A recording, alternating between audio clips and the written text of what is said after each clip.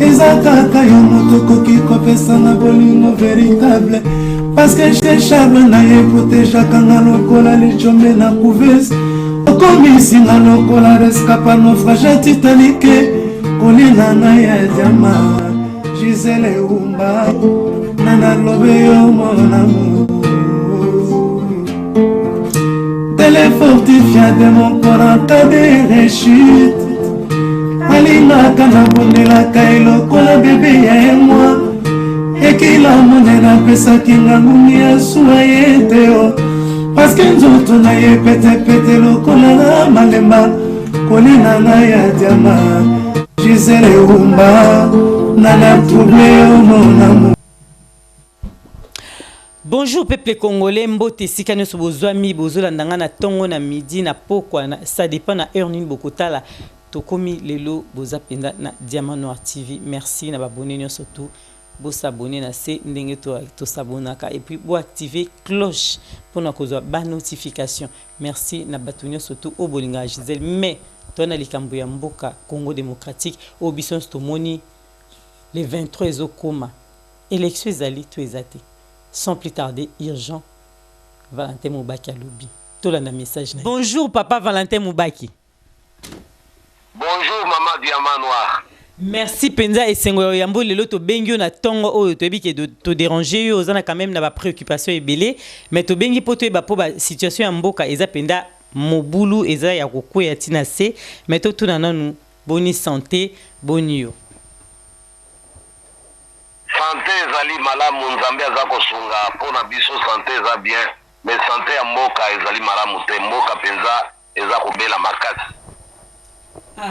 Tomoni lelo tolingi to banda makampo sans plus tarder na Diamant Noir TV balinga ozela te to tuna déjà directement pour na partie na yo ezana ndenge nini avant to kota na masolo ya les 23 ponde tozaka na makambo ya les 23 makamso to tuno te lelo les 23 mais to tuni na santé ya partie na yo ezandenge nini parti na ngai ezali malamu mais omoni makambo nyonso ya mbutu eza koleka na kati ya mboka biso toboyaki processus électoral esali mwa découragement na ebandeli na babase na biso mais mingi lelo oyo ndenge baza komona makambo yango tolobaki monoko na biso nganga ebandi kokokisama babandi kozonga bakomi kopesa pe biso raison po oyo nyonso lobaka ya 5 mois nyonso eza kokokisama makambo ya élection makambo ya dauphin makambo ya mauvais processus makambo ya kao baza ko planifier nyonso na tolobaka yango pe eza kokokisama. Mais siko to bandi na makambo ya processus électoral ango oyo wana ebandi les 23 déjà ezokomi pembeni ekozala ndenge nini eloko bat baozela yangona urgent Valentin Moubaki à lobby.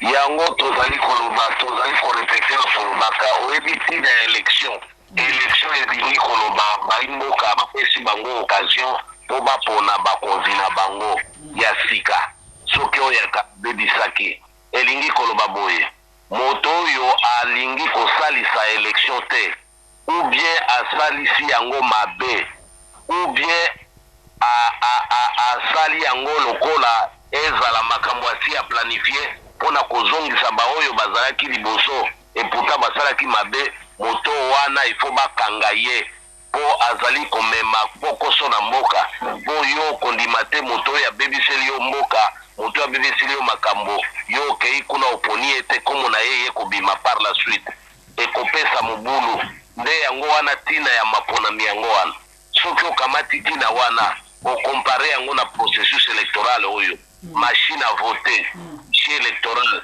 ozali komona ke makambo nyonso ezali planifié pona ko reconduire bato ifale balongwa donc mobulu nde ezali planifié moto moko akondima te kombo ya moto oyo aponaki te ebima yango nde egagné. Mettez ça à l'échelle nationale, mettez ça au niveau de la présidentielle, de la députation nationale, de la députation provinciale le même jour. Elingi koloba chaos général multiplié par 3 nde wana tozo kende fichier électoral wana 10 millions de électeurs oyo bayebi te donc des pépinières penza réserve ya PPRD yango wana ya Emmanuel Shadar nani moto akondima biloko ya ndenge wana kamata machine à voter bato nyonso baye ko démontrer ba wana ekoki koprograme baresultat. Donc baresultat nyonso basi bayebi na bango ndenge ekozala. Donc tozokende na mobulu moko ya kosakana te. Yango wana biso toza koloba boye oyo tolobaka banda kala. Congolais nyonso ya lingi Kongo akokai kokotsa mutu na ye na makambo wana te comme candidat. Akokai kosala yango te. O makambo oyo ezali komema mboka na mobulu. Mais biso to moni siko le 23 yango ekomi pembeni to yebi kutu te ba machine yango. Donc likama machine a voté déjà toza nango au courant pena bien te biso toza libanda. Mais sikoyo campagne électorale to moni zo salama tout le monde azoloba bato bazo sepela to moni ba Moïse Katumbi to moni ba mais comment il s'appelle Jean-Pierre Bemba bango nyonso bazo soutenir o ezali Martin Fayulu. Sikoyo to tuna Papa Valentin Mubaki to yebi ke yo boy no makambo wana élection mais ce que le baki soutenir okokai ko soutenir nani na kati ya bato nyonso bazo leka wana ba Shadari bango nyonso tu okokai ko soutenir nani. Ngai ezali makambo ya soutien te nayi bisayo nano analyse. Oyo olobi campagne e bandi ya solo tozali komona ba bato ebele bazaola bango bakomi kutu ko se vanter plein à plein de komi makambo bakisa makasi ya moto na moto. Oyebi drame ya Congolais yango wana drame ya Congo yango wana. Et puis ezali eloko ya kokamwa te. Po foule ezalaka na raisonnement te. Psychologie ya foule bayo basala sociologie bayebi yango. Foule elandaka nde mouvement. Donc elakisi penza que makambo wana boza komona partout nde bakongolais baza kolanda elakisi degré ya désespoir ya peuple congolais. Ezali kolinga bato te. Ezali désespoir baza nango. Oyebi somo za kozinda na mai na libungo elakamaka msoni moto aza kozinda meme kasa ya pamba akolinga asimba yango akanisi nde ekosove kasa ya pamba nde yango désespoir congolais akomi nango. Donc oyo baza kolanda ndenge wana etraduire penza niveau oyo biso tosi tokomi yango na population congolaise ekomi détruite complètement ekomi désespéré complètement. Po bato wana bazali kokosa bango mais bango bazali kosala sous discernement te. Tala ba oyo bazali koloba avec sa machine à voter toko kende ba élection. O alternance kozala tokozwa pouvoir yo kozwa ngo ndenge na machine à voter na 10 millions d'électeurs fictifs kozwa ngo ndenge nini. Donc oyebi bien que oza kokosa bato mais bato baza kolanda yo kaka oza koloba makambo wana okoganye te ba élection ezali oyo tobengaka nombre mutuya ya bato. C'est ça élection. Bato bakovote yo. Nombre wana ezali na fichier électoral. Fichier électoral ozo contrôler yango te. 10 millions d'électeurs, le quart des électeurs. Yo ozolo bana bato okende koganye okoganye te, ozande ko accompagner Kabila, ozo kosa bato. Oyo mosusu côté kuna alobi o biso tokende vote mais pas de machine à voter. Nanga alobi akolongola machine. Sikoyo kosama ndenge nini. Donc ozo kosa bato ozo accompagner Kabila timu kolwana bato bakende kubuka ba machine bakende kosala mobulu parce que za droit na bango so bakomi kuna balobi biso tolingi ba papier tolingi machine te bakubuka à l'échelle nationale. Est-ce que vous avez comme désordre kobima na mboka mokolo wana te élection za mokolo moko de droit. Donc ozomona bango nyonso bazali kokosa bato bazali ko préparer désordre général chaos. Nani akobima kuna na kati gange ya film Kabila ye moko aza na armée na ye aza na police na ye aza na baane na ye azali na bakour conseil na ye. Donc ye moto akobima gange ya film akolati sa buzobo wana ba congolais et puis ati en place ba schéma na bango ya balkanisation. Mais siko le 23 yango le 23 oyo le 23 yango oyo ekomi biso totuni boye question na biso ezali pona avenir ya RDC lelo soki élection ngo esalami le 23 ekozala ndenge nini ou soki élection esalami te le 23 avenir ya RDC ekozala ndenge nini. Oyebi quel que soit le cas de figure, élection et salamato esplebate. Le 23 décembre risque d'être un jour fatidique et comme Congo na libulu libela. Pour Oyebi lelo déjà le 8 décembre. Oui. Du 8 au 23 décembre, il reste 15 jours, 2 semaines. Et lingi koloba cartographie à bureau de vote. Bah prévoyait que 106 000 bureaux de vote. Aujourd'hui, 106 000 bureaux de vote à travers toute la République. Il fallait déjà ma cartographie on a yebana na école boy na bongananga na école boye na Kabamare, na école boye na Mushi, na école boye na Ngandajika, de ba élection ko sala ma cartographie wana ezali fallait déjà yebana. Na ba liste ya ba électeurs ezala déjà affiché na ba bureau nyoso na 106 000. Toye koyoka que na 106 000 wana bazali panga na 35 000 machines. Donc à peu près le tiers sikoyo ko sala ndenge nini à 15 jours. Ata koyeya na lelo nyoso déploiement ya yango otia ba panneau solaire oyo ko alimenter bango na énergie électrique ou bien ba groupe électrogène oyo yena noté pour former bato oyo bakobanda ko encadrer ba machine wana parce que ekozala ya mbala yambo batu mingi na intérieur ezala même na Kinshasa bazala en face ya computer ya écran et ordinateur et kolekana ndenge nini donc za komona désordre munene ezali programmé de makambo yango wana donc tozoyeba soki le 23 yango ekozala ndenge nini bon soki élection ezali te le 23 décembre tala kananu ka figure wana un pays où le président a fait mandat depuis 2 ans, un pays où l'Assemblée nationale a fait mandat depuis 2 ans, un pays où le Sénat a fait mandat depuis 10 ans, un pays où vous avez un gouvernement illégal, vous avez des cours et tribunaux illégaux parce que nommés par des institutions, c'est un mandat illégal. Mboka wana mokolo wana eya ko basculer na désordre. Donc recours moko ekozalate au niveau du pays que motomoko azana pouvoir à lokota buzoba wana a redresser a kozalate. Donc de kao wana soki élection ezalité. Bon soki élection yango ezali ndenge ya nyamu boye. Ndenge nazola sabino ezali élection ya désordre. Or soki mboka ya bato bazali susu na occasion mususu te ya kotia ordre na mboka. Élection des alaka dernier recours. Élection yango ebimi na potopoto nyamu. Ça veut dire quoi? C'est le désordre. Moto koyoka kuna na Katanga Kyungu a proclamé na république na ekuna. Okoyoka kuna na Équateur Makila ou bien Bemba a proclamé ya ekuna. Kuna na Goma bokoyoka bakunda batware bazongi ba proclamé ya bango. Donc balkanisation directe un temps ekoti na mboka.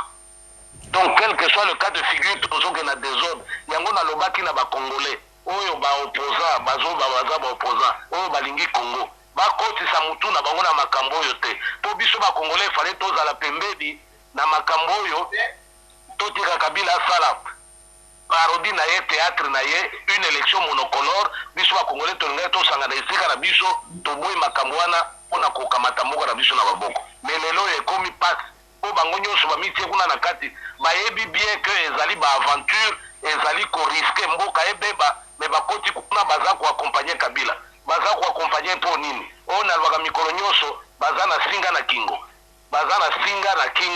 po mbongo ya Kabila bazali bango nyonso bakomona bango na ba fiche de paie ya Kabila soki alinga zonga sima Kabila amenace alobi na kolakisa ba video esika ozwaka mbongo epai na ngai babangi bazongi sima donc bakoti na kati ils émargent sur les listes de paie les fiches de paie de Kabila bango nyonso ne ezokutinda bango basala makambo ya ndenge wana. Merci, mais poto moni na kati ya Kinshasa ke batu bazo signer bazo pesa bango bazo futa bango ba mbongo ba signaka ba signer pona carte électeur mais siko nga nazo comprendre eza problème nini yango ezo le cadeau batu bazo voter déjà na ndenge ya mai bazo voter sans que ba yeba to ndeni na bité so comprendre question nango bien na bandela yango na comprendre ngobi ba somba ba carte électeur 10 millions d'électeurs dans la carte 10 millions na ba fictif sikoyo bango balingi ba affecter bato ba fictif wana na ba différents bureaux de vote na oyo yebani tozoze la cartographie na imizakio na oyo yebani te po bazaka pe bureau fictif alors pour na ko justifier yango il faut bazana kombo ya moto ba carte électeur na yonde ko pesa bureau de vote na yo et ko localiser yo et ça ba konde ko sala bourrage des urnes de mosala baza ko sala yango wana donc boboni makamyo seza polele ezesho ya kubomba te ezali fraude massive. Mais makambo nyoso oyo zoloba est-ce que ba politicien mususu ba yebi yango to ba yebi yango te ba politicien o bazoki na élection lokola ba Martin Fayulu lokola ba Félix Tshisekedi bango nyoso to wana est-ce que ba yebi makambo oyo zoloba to ba yebi te to bazosala nko yango na die tozali ba politicien na komo mais ba vrai politicien bazate ngana yekola politique pembeni ya Tshisekedi a sala politique na Congo mais ba wana ba banda ko sala politique wapi baoyo wana banda kosala politike ezalaka Tshisekedi kote moko Mobutu kote mosusu biso tozaka na Tshisekedi baoyo nyonso wana banda kosala politike wapi kamata mwana na ye afanda na papa na ete akenda na poto kuna na 1986 aye kozonga na Kinshasa na 2005 leur papa na alobaka tout s'arrête le 30 juin 2005 asala na Kinshasa 1 mois azongi susu poto aye kozonga na 2006 leur ya référendum constitutionnel asali susu 1 mois azongi aye koya lisusu na 2010 na congrès ya UDPS asali 1 mois moto wana yebi Tshisekedi te afana na ete pendant toutes ces années à total kaka 3 mois pembeni ya Tshisekedi ayebi Tshisekedi te ayebi politique te donc bo palangana te bo mitungisa te komitunaka ba question bato oyo nyonso wana makambo oyo tolobaki na bango lelo oyo tozoloba na bango tolobaka yango ya 5 mois topesa bango ba detail nyonso ya makambo oyo eza koleka me bakanga miso nayebisi bino bakanga miso mpo na motema te oyo balingi kokanga miso baza komona me bakoki kozonga nsima te baza kofaire chanter bango mpo bango nyonso bazwaka mbongo ya Kabila aza na bapreuve mokolo Kabila kobimisa bapreuve wana bakosila loposo bakosila makila nde yango wana bakoma lokola baprisonnier na ye ils ne peuvent pas faire autrement que aller l'accompagner bacrédibiliser eloko ya buzoba wana bayebi yango bien que issue moko ezali te mpo na mboka. Merci, mais ngana monaki natalaki interview moko ya mukuse Félix yemoko alobi ke na Congo ba homme politique ba homme d'état pardon ba homme d'état bazate. Allô? Allô? Voilà, nalandaki Félix. Oui, nalandaki Félix alobaki yango na interview moko alekaki na France 24 si je ne me suis pas trompé. Alobi bien que na Congo ba homme d'état bazate na Congo yemoko alobi yango. Mais siko bango moko bazaka na likamba onde yo lobi ye asala na ye classe nangote lelo aye alingi koma président de la République mais bango pe na yambaki bango pona za mo mukuse na yambaki pe batu ya ye ba président ya awa ya France ya UDPS balobi ke yo oyoka mute makanda parce que bango babimisa makamno ndengo kendaki kolia na Kabila mais yangai da sala ka yango na moi na kenda kolia na Kabila te na kenda ko mona Tshisekedi na Kabila po Tshisekedi anomanga premier ministre bango na mwana na bango na baza ko benga président na famille na bango balobi ngai te Tshisekedi ce n'était pas un tribaliste batu nyonso bayebi que même secrétaire général na bango abeta masolo yango avuaka yango moto batika premier ministre Valentin Mubake bango baza ko kamata UDPS lokola bien privé na bango ya famille tanike baza ko tchola bakende gauche bakende droite bakende Genève bakende Afrique du Sud bakende Nairobi bazo ba isunde ya osalate moto baza ko benga Kamer wana du vivant de Tshisekedi Kamer ne pouvait pas entrer chez Tshisekedi Tshisekedi apesa ordre atia kama kona isu na ndako wana na ete moto ya ndeko nande ya komi directeur ya campagne ya Chilombo allez-y comprendre quelque chose donc ezali politique te ezali opportunisme ngai nazoka nazana kanda tepo na lia na Kabila babimisanga na Kabila te po bango bakutana na Kabila mikolo nyonso butu na lobi na yo butu Tshisekedi akufa pauvre oyo bango mbongo bazala ngo bazu uti wapi basala kate depuis des années moto asala kate azwa ba avion chaque 2 semaines il est dans un avion na délégation qui paye mbongo utaka wapi yango wana ozoko mona biso tozali libre d'esprit po nous ne devons rien à Kabila tolobaka yango pe polele na ebisaka bino pe botuna bango Mubaka alobi vous émargez sur les listes de Kabila est-ce que bokolo ba Mubaka a tort ou il a raison botuna ka bango te na ebisaka bino botuna bango te po nini po bakoko ka koloba yango te so ba meki kaka bo Kabila ko binza ba preuve ko ozomona donc ko ngana ko bango wana tina moko na lekisa tango na ngala bango te po makamu nyonso ezali koya d'ici le 23 2 semaines pas mal makamu se décanter population congolaise vous à la calme makamu nyonso ezako se décanter po Nzambe alingi Congo Nzambe likambu ya ba plein oui papa Mubaki na lobi boye allo na lobi boye likambu ya ba plein batu nyonso oyo nga nasalaki plein nga nasali plein biso ba peuple congolais tozana besoin ke mboka na biso ebunga nzala wana oyo ezaki eza makasi esila mais lelo bato nyonso bazolanda ba politiciens oyo bazosala ba campagne yo ko yebisa bangoni parce que baza perdu bazolanda kaka koto yo bayebite balanda koto yo siko okoyebisa neti bato wana nini ba peuple congolais o bazolanda na bango na loyenge bayebi na bango te nini ezoleka yo fan takal dans l'histoire de l'unité, ce que je désire raconter à Jérusalem un dimanche, et Zalaka plein mois au Sagarate, une semaine après va crucifier. Aux Hollande, la même population, Basengi, Balibi Barabas va crucifier. Donc, Kobanga Tenelo Kwana, Makamwana Kosila, devoir Otozanango Siko Biso Ezali, 2 semaines éticali avant le 23 décembre. Il faut arrêter ce mensonge-là. L'article 64, il faut ça avant. Donc c'est là le 23. Il y a des gens condamnés pour Moutoro, Fayou, la lobby, Batoba Kenekuna, Baboya machine. Machine Baboya Kolongolango. Donc, Kenekuna, Kenekubuka. C'est pas le jour où il faut faire ça. Il faut faire ça avant. Donc, Bicho, nous avons pris l'engagement de mettre fin. Au Yokinga, de mettre fin à cette aventure avant le 23 décembre. Ah, merci to komi na biso na suka to chite pena poto tika yoza na mambobela rosala mais bino olobi eloko wana toza intéressé to yeba po diaspora za bo ba peuple congolais nyo na monde entier bazoyo kayo bino bo rosala nini obimisa secret mais na mwa muke kaka poto yeba moi eza lokola voilà Maman Diamanoa yebaka ezali responsabilité na biso un devoir sacré ngai lokola compte ancien conseiller politique de Tshisekedi, donc bras droit naïe, ancien premier ministre Yanoma, responsabilité d'un comité devoir sacré de sauver la nation. Donc nous devons faire quelque chose avant le 23 décembre. Au Makambo ici là. Il faut arrêter cette aventure. Pour ça, comme le 23 décembre, ce sera trop tard. Merci, mot de la fin. Na lobi boye, biso yo ba Congolais ya solo, Tolingi Congo. Nous ne pouvons pas attendre le 23 décembre pour que ça soit trop tard. Kabila Lingia mema Congo na KO le 23 décembre. KO anala tisango ba Congolais ya appliqué ba schéma na ye ya kobanza mboka. Donc nous devons agir avant. Yango na lobi bona biso e commis devoir sacré.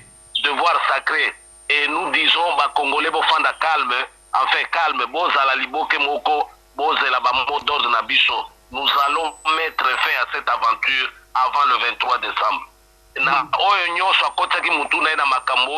Le peuple jugera plus tard. Parce que